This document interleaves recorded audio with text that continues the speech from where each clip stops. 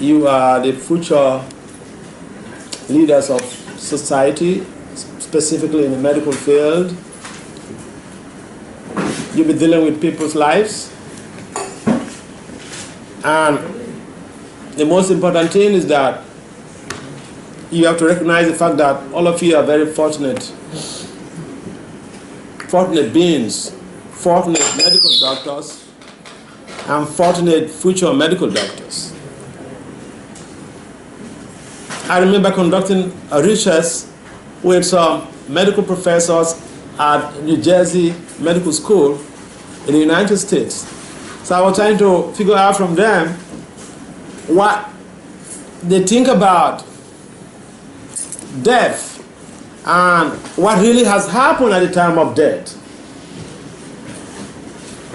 and I remember one of them, he was the head of department for ophthalmology and visual sciences, and he shared with me how in the medical field as scientists, you know, they don't advocate on the science of the soul. But he told me that he had a lived experience of people dying, and he felt something has left their body. So not only him, I think about 70% of the medical doctors I interviewed, they subscribe to the idea that at the time of death, something leaves the body. And so that basically, in research, we call that a qualitative lived experience. Because one of the primary objectives in research is to be able to, get first-hand information about what you don't know. You want to hear from other people, what was your experience? So, a number of people, even in the Western countries in your field, they admit that something leaves the body. They don't know what it is. But in India, you know. So you're very lucky, and you are at a very competitive advantage when it comes to the science of the soul, the science of the absolute. So today's text is text 25 of the Bhagavad-gita, chapter 5. The title of this chapter is Karma Yoga, Action in Krishna Consciousness. So, is everyone having Bhagavad-gita there? Yes. Yes. All right.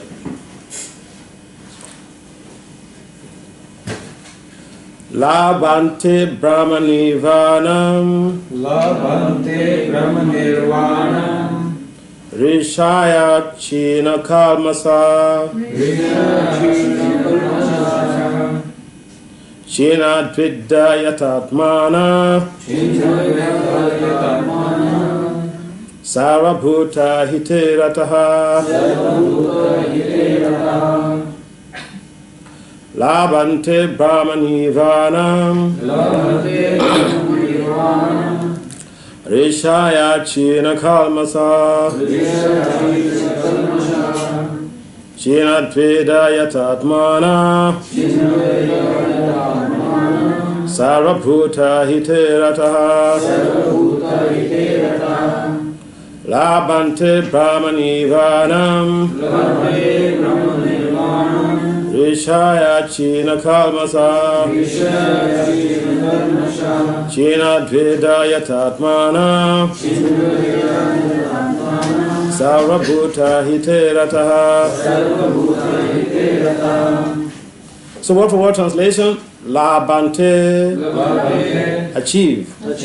Brahmanivanam, liberation in the Supreme. Rishaya, those who are active within. China Kalmasaha, who are devoid of all sins.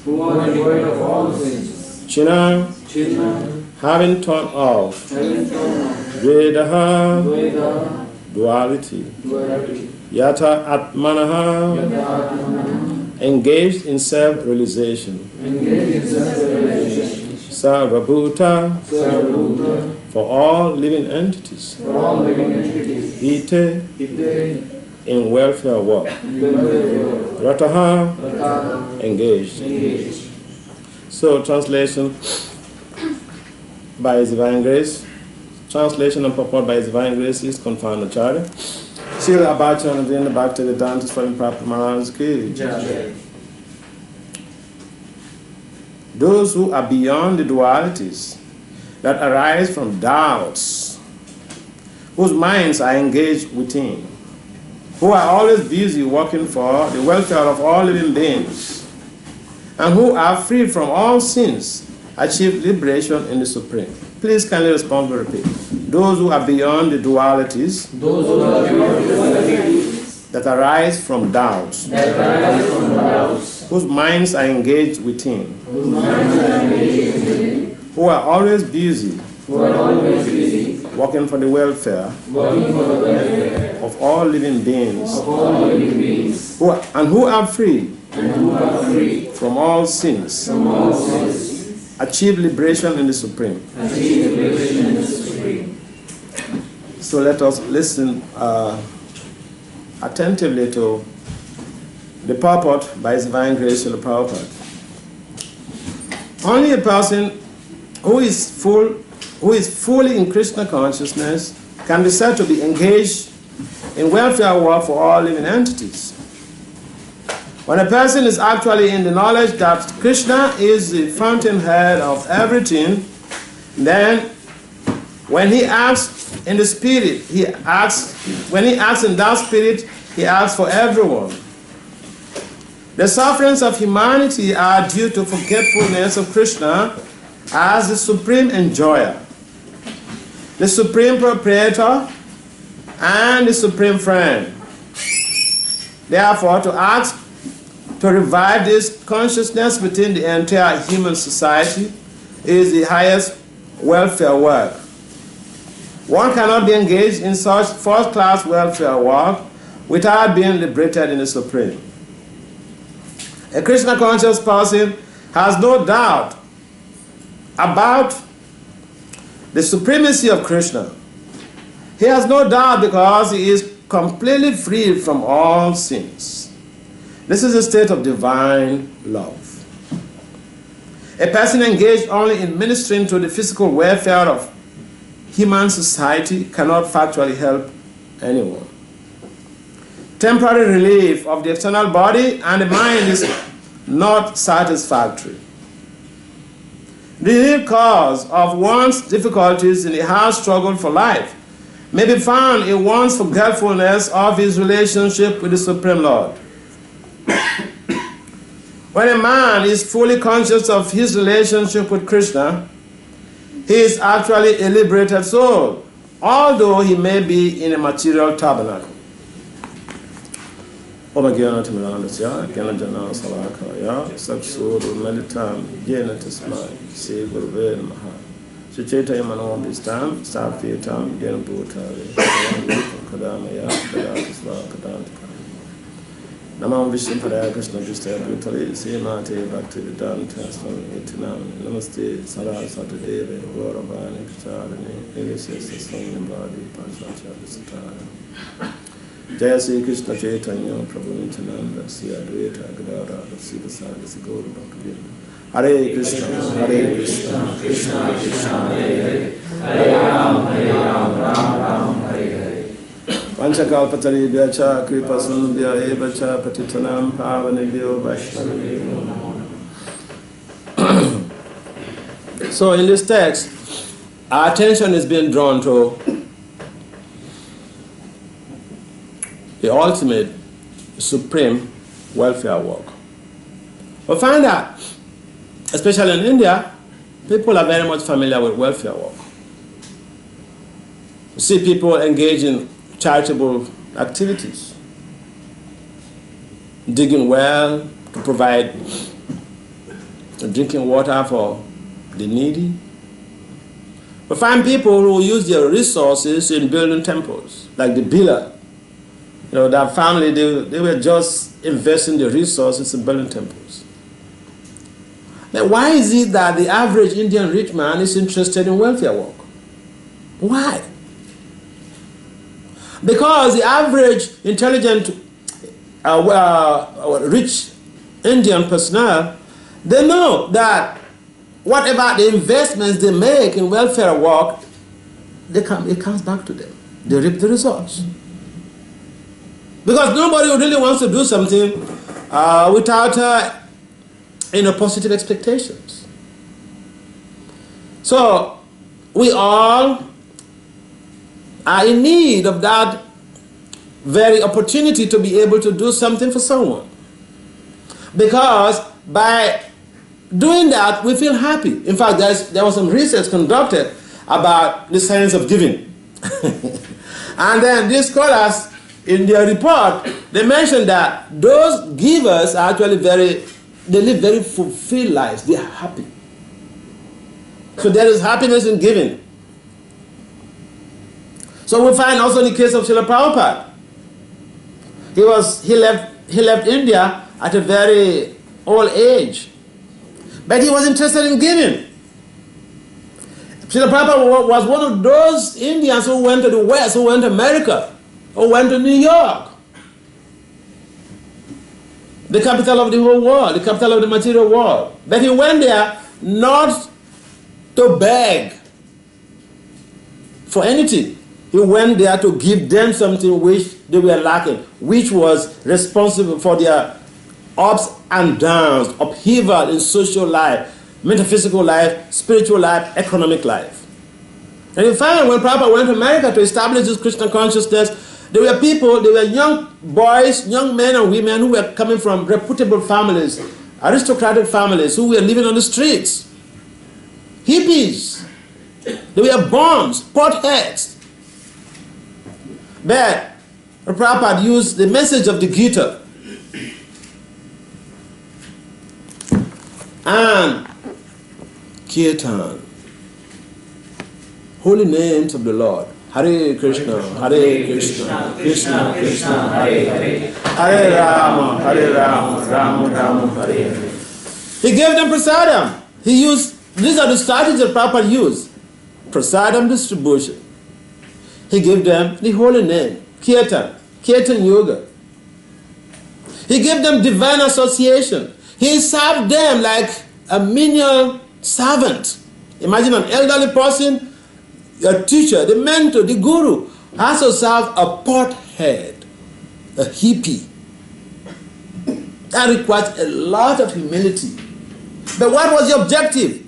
He was there to deliver the goal. The objective was to do some welfare work. And what was that welfare work? The supreme welfare work of delivering the conditioned souls from the clutches of material birth and death.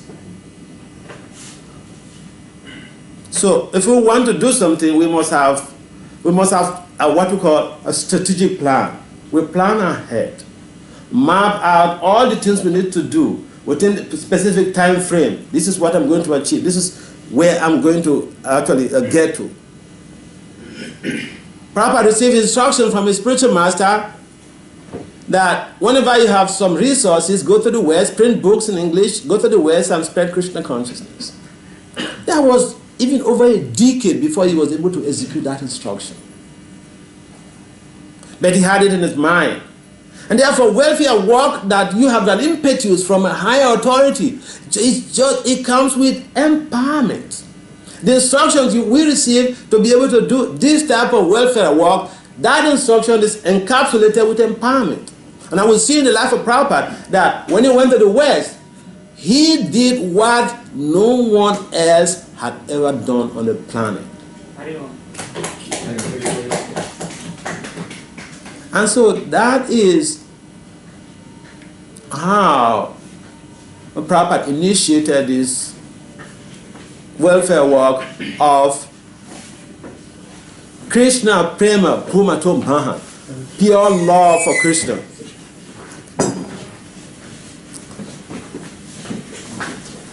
So this is a special welfare work to try to give people pure love, or the teachings of Lord Chaitanya Mahaprabhu.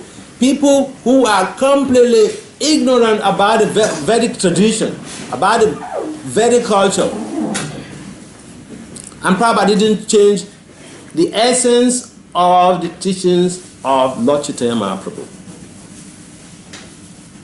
And therefore, for us to be able to become useful agents in the hands of the Lord, we have to look at the example of Srila Prabhupada.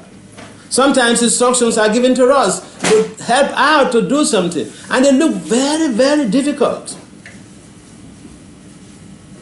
But you know what? Welfare services are meant for people who have courage, who have determination, who have strong will, who are ready to make sacrifices, who are ready to take risks, but not unreasonable risks. Risks where there is a feasibility study. Because if we take a risk without undergoing a feasibility study, we are bound to meet with a failure. Because 75% of change initiatives fail.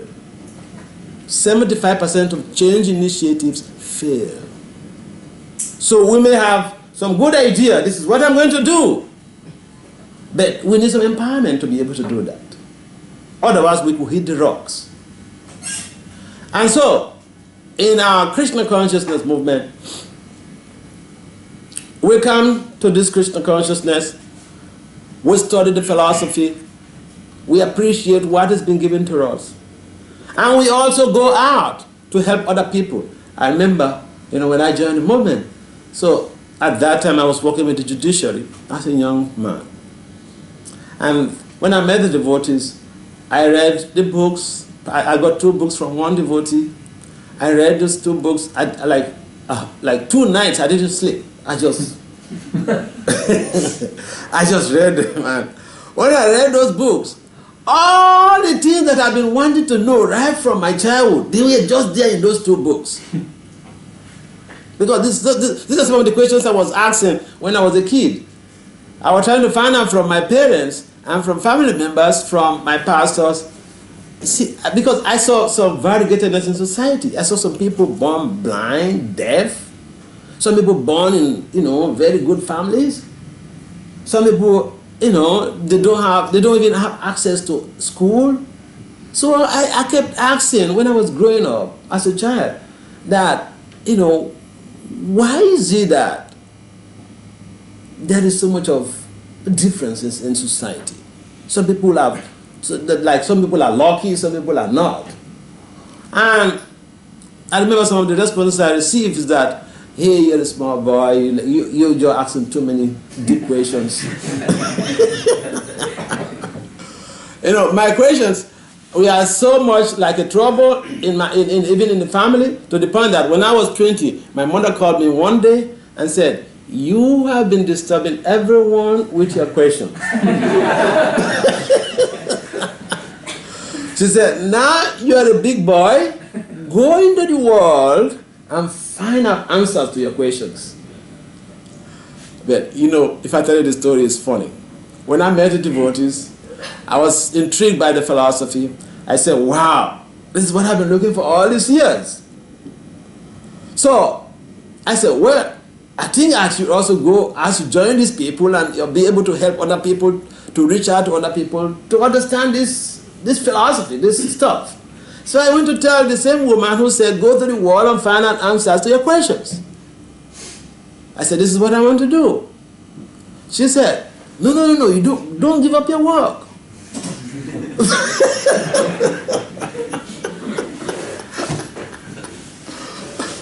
So I said, but this is something, if I want to do something, I want to do it hook, line, and sinker. I want to go into it fully. Then I reminded her that, you told me 6 years ago or 5 years ago that I should go into the world and find out answers to my questions. So here, this is what I've resolved to do, and you're saying something different. You're not supporting me. So she understood that, the relationship was going to meet a crossroad. Then she said, all right, you do what you want to do. So, the bottom line is that if even you want to engage in this type of welfare services, you must meet with challenges. That's what I'm trying to say. So Krishna consciousness, Prabhupada mentions in the purport here, it presented wonderful information for us. This is the highest welfare work. You see, I don't know what it is like in India here, but in America, if we have one person in the family who is in medical school, a big relief for the whole family. A big relief for the whole family. Because the medical doctors are the set of workers or professionals that they're among the highest paid people. And medical school in America is so competitive. To be in medical school, first you have to have a first degree. Then you can struggle to go and start, applying for admissions to the medical school. So that's how they make it so difficult for anybody to go to medical school. And so, if you go to medical school, then you're in medical school you have a very promising future. Money you will get, fame you will have. And therefore, they are like the devatas. They're like demigods. Because whatever they say is finished. The medical doctors are able to bring hope to the common man. Someone is dying, and then they examine the person, and they say, it's not just a big problem. Who will perform some surgery? He'll be all right. Or she'll be all right. She'll be all right. But what Prabhupada is saying in the purport is that attending to these physical and physiological needs alone is not enough. Because we may provide shelter for a bird. We may provide a cage for a bird. And we polish the cage so nicely. We paint it, polish it here and there. But we don't provide food for the bird in the cage. And what happens later? The bird will gradually become weak, like someone who has typhoid fever. At some point in time, the bird will be unfunctional because you have been polishing the cage without feeding the bird.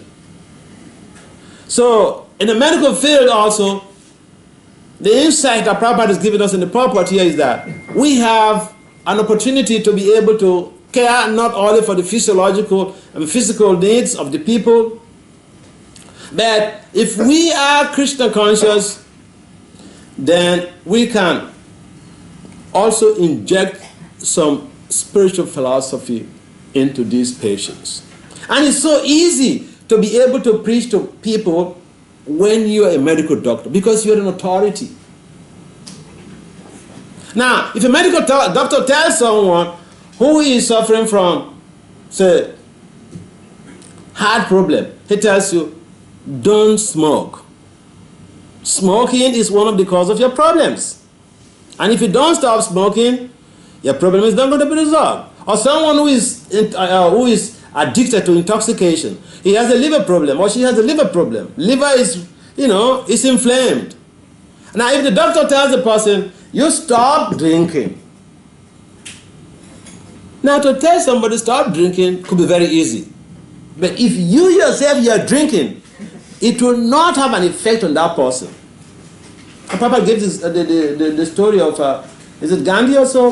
When a lady brought her child and told Gandhi that, please tell this child to stop eating sweets because, there's a danger of diabetes in the future. So what Papa told him, what Gandhi told, he said, come at such a time. And he gave some time ahead. So later, at that point of time, the lady went with the child. And what Gandhi said was what? He simply told the child, don't stop eating sweets. So the woman was surprised that she asked that, if this is the only thing you could tell the child, why couldn't you tell the child the time when I came the other time? And the explanation he gave was that at that time, Gan himself, he said at that time he was also eating sweets.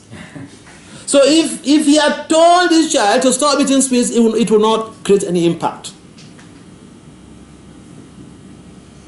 And so, our values impact, they play a role in our instructions. And therefore, as medical personnel, you have a big role to play in transforming the lives of people. But you have to also imbibe a high culture of higher values. Then, when you tell your patients something, you give your patients instructions. Don't smoke. They don't see their doctor smoking. Because if they see the doctor smoking, they'll say, what? The doctor says I should not smoke, but he smokes too.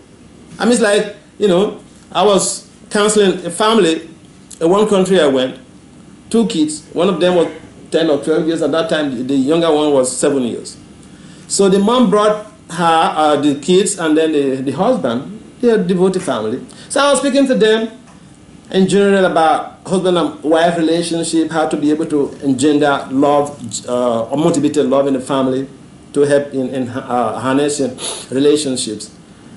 And then at some point in time, I was talking about the dangers of violent movies in the home. And after the whole conversation, the lady told one of the kids that, did you hear what Maharaja said? That about the dangers of watching TV? And you listen to this. And the older child, the young teenager, he turned to the mom and said, Mom, but Dad watches TV all the time. In other words, you want to correct me because I'm a child? But your husband watches TV all the time. You want to correct me? Why don't you correct your husband first? So this is just to demonstrate how values impact on the learner. When we are giving instructions, our values play a lot of impact. And so, as medical personnel, just by our own behavioral patterns, you could influence people to have a behavior modification. Because if you tell somebody that if someone who's having diabetes and you tell don't stop eating sugary foods or carbohydrates, that alone will have an impact, because according to Prabhupada, purity is the force. It coming from a pure heart, and what you say impacts on that person. Because first, you are their immediate authority. You play a vital role in their life more than even their parents, more than even their spouse, more than even their teacher, because you are the doctor. You are the one holding their lives. So if you tell them something, they take it very seriously. But here is the secret of how you can impact on their lives by your instruction. You have to have higher values. I mean, it's like we have an osmotic pressure. When a weaker solution is brought close to a stronger solution separated by a membrane, there is always a drawn of the liquid from the weaker solution. That is how it works in relationship with patients. When you have the higher values, it's so easy to impact on the patients. And that higher value Prabhupada is talking about is Krishna consciousness. And it's so simple. You don't need to change your position. You don't need to stop, doing your work. You don't need to stop anything. You just add something to what you already are. And that is just add sadhana to your life. Devotional practice to your life. And then gradually you build up these values, and you go to some place, you talk to someone, and they feel the impact. They will say, oh, this doctor is different. He's different from all the doctors I've ever met in my life. Because of the vibration, because of what you're radiating a loving energy that is coming from the soul. And so Krishna consciousness is your birthright. You actually say, why were you born in India? Why not in Iraq? Iraq. How many of you want to be born in Iraq? There's so much war going on there.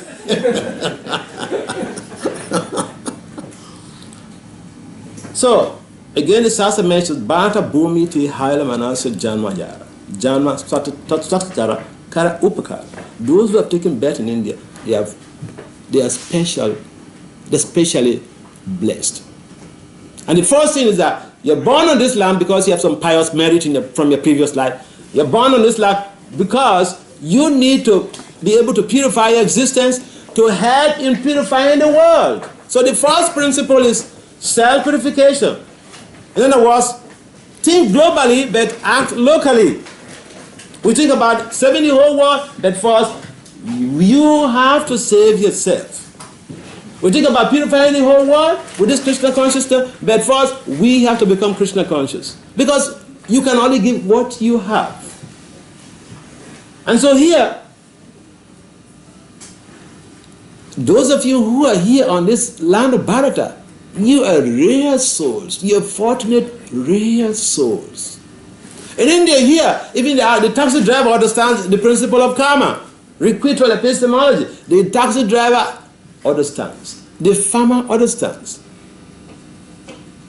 And so what you really need to do is to integrate this Krishna consciousness practice and your professional practice. And you are a perfect human being. Perfect to the highest. It just requires integration. Keep in mind, integration is something very challenging. Integration is an aspect of calculus. And if you have ever done calculus as one of your courses in university, you find that calculus is very difficult. Calculus is very challenging. And when it comes to integration in calculus, students walk out of the class. Because it's so technical and so abstract.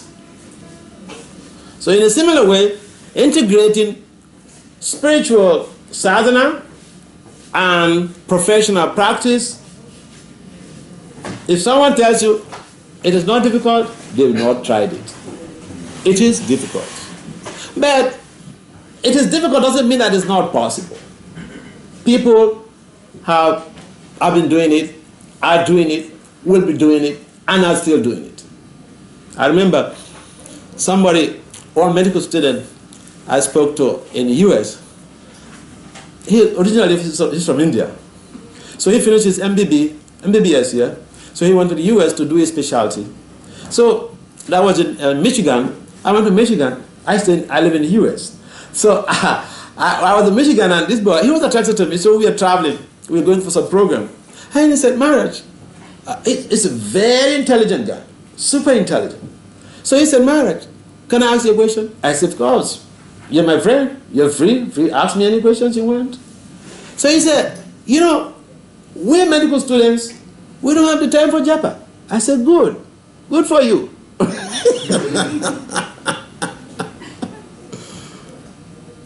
I said, why you don't have the time for japa?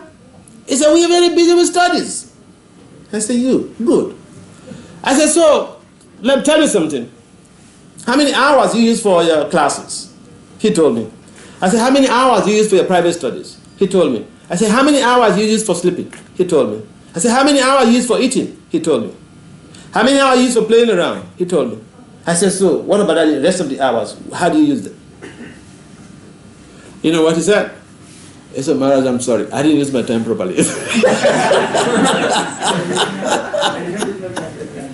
said, he did not use his time properly. He did not manage his time properly. So I like to meet young people who claim that because I'm working, because I'm schooling, I don't have time for japa. And I basically will be friendly with them, and we'll talk in a friendly basis how you have managed your 24 hours. One boy in South America, he's in medical school. later he got into abrupt marriage because he impregnated his girlfriend. And the girlfriend was, the mom is a lawyer, the father is a big lawyer, and so they forced him to marry the girl. So when I met this boy earlier, so I asked him that, you have to be chanting, He said, oh, he's very busy, he will studies, he has no time. And but then, in our conversations, he revealed how some days he would go to sleep with the girlfriend. So I said, but you have time to go and sleep with your girlfriend, but you don't have time to do japa. Okay, let's see the results. So the bottom line is that we all have time for devotional practice. We all have time. We can make time for Krishna. Krishna gave us 24 hours, 24 hours. Now he's asking just some moments of rapport with him. He's not asking us for the whole 24 hours. He knows your medical students, your medical professors, your medical personnel. He's not asking for the whole 24 hours. He's just asking for a small time. Small time out of the 24 hours. So we should not be so selfish to say, Krishna, I will think about it.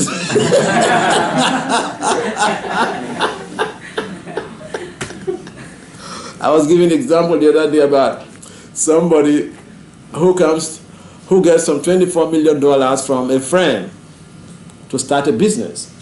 He got the business started. There was no interest on the money given to him. This business was booming. He established several other businesses. And one day, his friend who gave him the money became bankrupt. So the friend picked up the courage to come to him. I have a friend. Yeah, I made him to be rich. Let me go to him.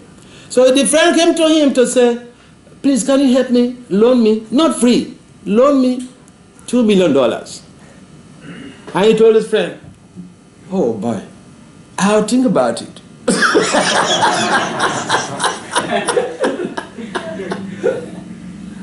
So we should not be that type of friend that we got $24 million from somebody to start a business. We became very rich.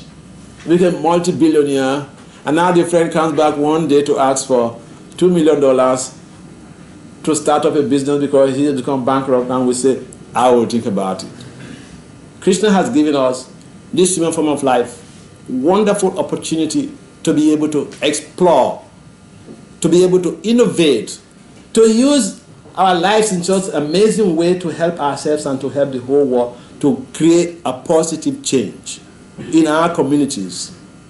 Therefore, we have no excuses whatsoever that we cannot integrate our professional practice and Krishna consciousness to be able to create a viable future for society.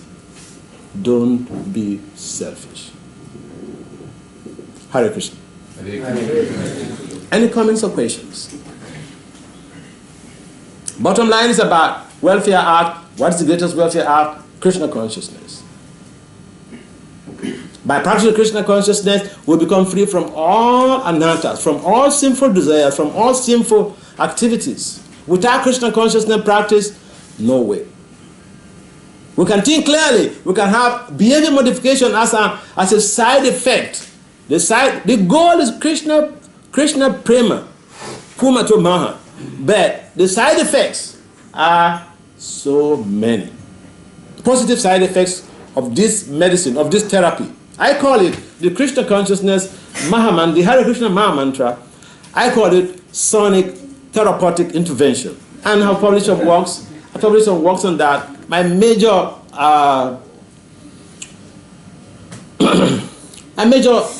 areas of interest of research are in kleptocracy, corporate corruption. Like I have one of my papers was just published in January by the Journal of Financial Crime, and in that paper I was talking about how sonic therapeutic intervention as a side effect could actually help with prevention of corporate corruption. Because when people become purified, They're not interested in exploiting resources of material nature. They're not interested in stealing from the government. They're not interested in exploiting other human beings. So basically what I do is an integration of applied Vedic science and applied management and decision sciences in providing solutions to management, leadership, and social issues. So if you Google my name, Vasudeva Das, because in the spiritual arena, my name is Bhakti Vasudeva Swami, but my academic name is Vasudeva Das. So if you Google that, you'll be able to see some of my works. And some of them are another paper is coming up, again, on some kleptocracy, that is on judicial kleptocracy. It's coming up in April by the Journal of Money Laundering Control. Again, by that journal is also a publication by Emerald. Emerald is one of the biggest publishing houses in England. So these are some of the things I do. It's a little bit tasking, but this is what my spiritual master wanted me to do, you know, to be able to reach out to academics. Because it's like an espionage. You go in, you talk like one of them, you present to them what they already know, but then you also add something that they don't know. And that, you know, that makes it scholarly amazing, because the scholars, they want to hear something they never had heard before. If you say something that they have heard before, then you're not a scholar. That's what Mahabharata says. If your opinion, if your idea is not different from other scholars, then you're not a scholar. So here, Krishna consciousness, you know, brings in so many strange things to the mundane scholar. And then, when you are able to make this package in a very nice way, they take it, although traditionally the management scientists and political scientists, they say they don't believe in religion, but like in the paper that is coming up in April, I told the story of Hiranyakasipu. And not a word in that paper was changed. The editors accepted it. All in one piece. So again, it's not my making, it's the concept of empowerment. When you get an instruction, that instruction also comes or is encapsulated with empowerment. So we want all of you to be empowered in helping your patients, in helping other doctors. If your values are high, even in your own office, in your hospitals, in your clinics, other doctors will look at your values, and someone will come to you without even preaching to them and tell you, teach me about your Bhakti yoga, because they see something they don't have in you. And you have the degrees that they have. Yes, any comments or questions? Yes? Hare Krishna. Hare Krishna. We don't have to make excuse for finding spare time for japa. Because we should be doing it all the time, along with our duty. Tasmat sarveshu kaleshu ma manasmaridacha vai arpit mano buddhir mame vyashishi chanshya. At all times, keep doing your task and keep remembering me. That's the instruction Lord Krishna gave in chapter 8, slok 7. So we don't have to find. So while operating, I am a surgeon. So while operating, I keep, Hare Krishna man, and I teach. It is so. This is really divine providence, I call it. Many of my students and patients also, they are also either already Krishna Bhakt, or they become Krishna Bhakt while they are with us, around us. So that is really divine. So we keep talking about them and keep praising, Majchitta Madgata Prana Bodhyanta Parasparam Katyanta Kumam Nityam Tushyanta Charavanti Cha. So we are, once you go into this dip, take a dip, holy dip into this Krishna consciousness, the pond of Krishna consciousness, or sea of ocean, you get more and more enlightened. And thank you. Professor Anurag Srivastava is the head of the surgery department here. Wow. He's heading the entire department. So this is a very good it's a very good opportunity for you, because let's say, like Krishna mentioned that in Krishna's when he presented his dissertation on ethical leadership, he said, whatever the great man does, the common man will follow. So, you have a great opportunity to be able to change.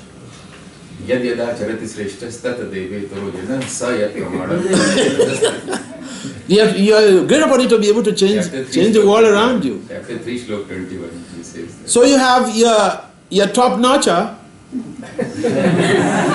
who is involved. I mean, it's like, you know, when you go to meet somebody, I remember when sometimes I go to some universities to try to preach. And because a number of people outside of India, they don't like, especially the dress, okay? So I remember one time I went to one university to meet the head of department of philosophy and religion. I went to tell him that I need to talk to his students about Krishna consciousness, and he snubbed me because, you know, he saw me, you know, some person with tilak and all those things and putting on saffron cloth. And when he snubbed me, so I told him that, hey, this mission is for everybody. You're looking at how I dress, but I have over 20 publications in academic journals in 3 years. And so he was taken aback. He's an elderly person at a federal university. And then he said, can I see some of those papers? So the next day I came there with 3 journals from the most reputed university in the country. And I showed it to him, and he asked me, the same person who snubbed me, he said, when are you coming to give your presentation? So, here you have your top, you know, personality, top academic, top medical personnel who is involved in Krishna consciousness. So you should ask yourself, who am I? If my boss is involved, this is a good, hey man, this is a good weapon for you guys, okay? Anybody you talk to on this campus who says, who turns and snubs you, say, hey, you know this is a professor? He's the honeymoon. Then they just keep quiet. Yeah, so thank you very much for participating and for the work that you're doing. This is exactly what Prabhupada wanted. Prabhupada wanted that when the big men in society, the big professionals, top-class professionals are involved in Krishna consciousness, then our preaching becomes easier to be able to deal with. Because we have people that we can point to that such a person is practicing this Krishna consciousness. So how can you say that, you know, you don't have the time? So thank you very much. Any other comments or questions? Otherwise, we have to move on to the next phase. All right, so thank you very much for coming, and keep being enthused to participate in this Krishna consciousness. You have a good example, a good role model for all of you. And he's here just waiting for you to bring up your head, and will help you. Yes? If you just can say a few lines about glory of chanting so that they can... Few words? About the glories of chanting. The glories of chanting. Yeah, I can tell you one thing. I don't know what is obtainable here, but a number of doctors in the West, they run into problem with sex scandals. And it's so difficult. Because the consciousness is only driven by the sex energy, and it's so challenging. I remember, one white girl, she told me a story. She went to clinic. And then this young doctor was just gazing, was just completely carried away, was looking at her, gazing at her, until she was also a rough girl. So she saw that he was just captivated by her beauty. And I think she wanted to put him into trouble. So then she said, all right, come and kiss me. But then he realized that, hey, I'm going to be in trouble. He said, better I'm married. So, this is a typical case where we find that sometimes people come to you just to tempt you. And based on my research, I published some work last year on political sex scandals, post-conventional morality approach. It was published by one Indian journal, multidisciplinary journal.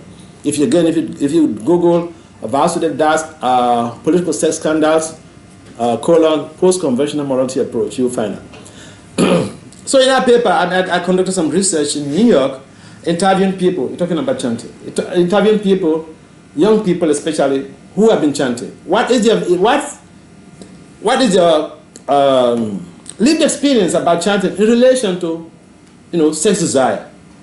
And I remember a number of those I interviewed, they said that the chanting has helped them to be able to become so much resistant to, negative sex impulse. One of them was mentioning how her parents had arranged for a driver to pick her up every day to school, and then at some point in time, she came across devotee, so she was chanting. But then she was getting so much of trouble from home, and so she stopped the chanting. So one time, she wrote back to me to say, why is this happening to me? I said, what is happening? She said, she's been attracted. She was a mechanical engineer. She was doing a master's in mechanical engineering. She said, she was being sexually attracted to men, even to the driver. This driver has been taking her to school for a number of years. This has never happened. And so I asked her, are you still chanting? She said she stopped the chanting because she was getting too much trouble from her older brother and from her mom. I said, all right, go back to the chanting and see whether sexual attraction is still there. So I said, give me feedback in 2 weeks' time. In 7 days, she wrote back to me that, I'm normalized now. I'm not having that attraction again. So for the doctors, this is like, a green light. Because you're dealing with patients, you have to examine patients, you have to go beyond what you should think about. And therefore, if you have that higher consciousness, you have that purified consciousness, purified senses, then you can actually walk into a room of naked, beautiful ladies and you come out clean. Or you can go into, if you're a lady, a young medical female doctor, you can walk into a room where so many young men are naked and you come out clean without any agitation. So, in a sense, this chanting primarily is to develop Krishna Prema. But the side effects are so amazing that they save us from trouble. They protect us from from violating professional integrity. So that is if you don't want to go back to God, no problem. But what about your work? This is something that can protect you from violation of professional integrity. So I think it's a good deal. This is something to go home with. Forget about the other big things. But this has to do with the profession. So yeah, there are so many glories about the chanting of the holy name. People even chant accidentally and they get liberated. That's the case of a Jamil. And so there are so many cases in the Shastra. So, but the point is, if even we don't want to go back to God, suppose you say, well, I don't care going back to anywhere, I'm satisfied here. So yeah, that's a good deal. That means you want your work to be protected. So this is a good thing that you can, the strategy that you can use for personal protection. Yeah. All right. Thank you very much for being around and for coming and keep coming to this program. Srila Prabhupada ki jai.